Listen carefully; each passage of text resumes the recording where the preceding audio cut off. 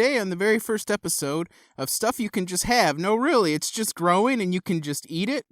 We're going to learn how to find, identify, and eat the wild garlic mustard plant. Specifically, we're making pesto from the young spring leaves. Stick around to the end of the video because I'm going to tell you how to find more of this stuff than you can possibly eat. In early spring, look for the young leafy greens in basically any shady or partially shady forested area, especially heavily foot-trafficked areas. They will be growing in dispersed clusters as part of a larger patch.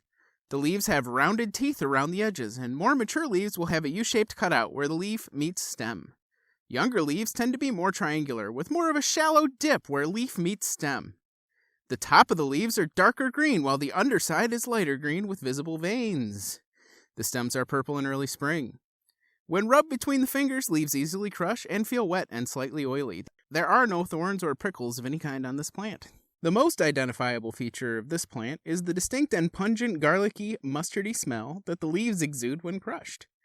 If you are sniffing a crushed leaf and thinking to yourself, well, I think maybe I smell some garlic in there, but maybe I'm just fooling myself, and then to your significant other, you're saying, hey babe, smell my hands. Do you think there's a hint of garlic in there, or am I just crazy? You do not have garlic mustard. The smells of these crushed leaves in springtime is powerful and unmistakable. It is stronger smelling than pretty much any fresh leaf you could possibly buy in a store. The leaves are best and least bitter in early spring before the plants mature a bit and form into a clump with all stems leading to a thick central common stalk. At this later stage, the roots will be meaty and white, resembling larger wild carrots. I'll show you what that looks like toward the end of the video. By that point, the leaves will be more bitter, but if that's all you can find, that's okay. You can add a little sugar to your pesto. Or watch to the end, where I'll show you my secret method of taking the bitter out of the more mature leaves with no added sweeteners. So anyways, pick a whole bunch of leaves, and here's the rest of the ingredients. Oh, sorry, did you miss them? Well, too bad. Just kidding, the full recipe's in the description. Anyway, we aren't cooking these leaves, so get your cat out of the way, then make sure you rinse the leaves really well. I mean a lot. No, I mean really, really rinse them. Why? Well, dry the leaves off good. We don't want any water in our pesto. Next, measure out your nuts. For 4 cups of leaves, use about a half a cup of nuts.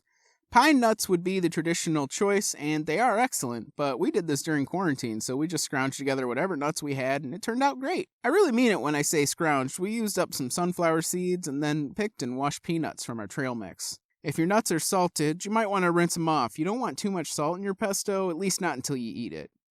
The reason why is salt can leach the water out of the leaves, and then you'll end up with watery pesto after a day or two in the fridge. I'm starting to feel like there's a lot of rinsing in this video. I don't know. I'm sorry for all the rinsing.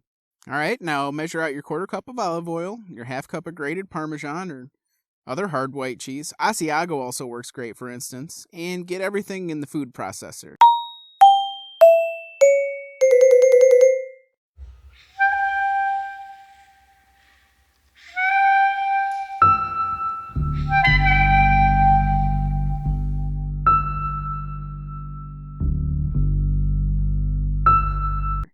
Next up is a tablespoon of lemon juice. Fresh squeezed is best, but again, pandemic. Next up is my super secret ingredient. Doesn't that look good? You can leave out the anchovies or the anchovy paste, but I don't recommend doing that.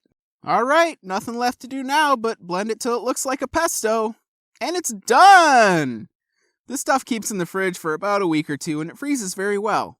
It's great on pasta or whatever because it's pesto. At the beginning of the video, I promised I'd teach you how to get tons of this stuff. Yes, it grows on trail sides and in lawns and so on.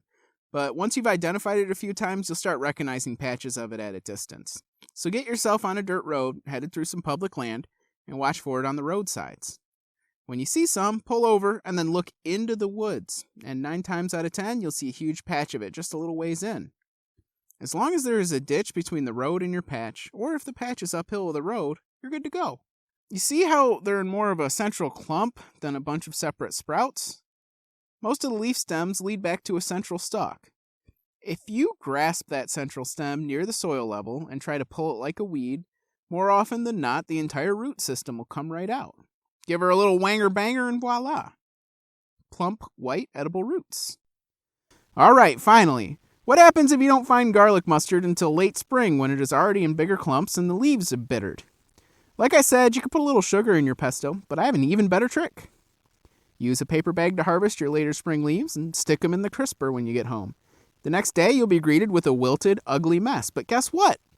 They'll have fermented or ripened a little or something, and anyway, they'll be sweetened up all on their own. And who cares if they're wilted? They're going to a food processor, so just pick out any of the badly discolored leaves and you're good to go. All right, thanks for watching. Don't forget to like, subscribe, ring the bell, and select all notifications.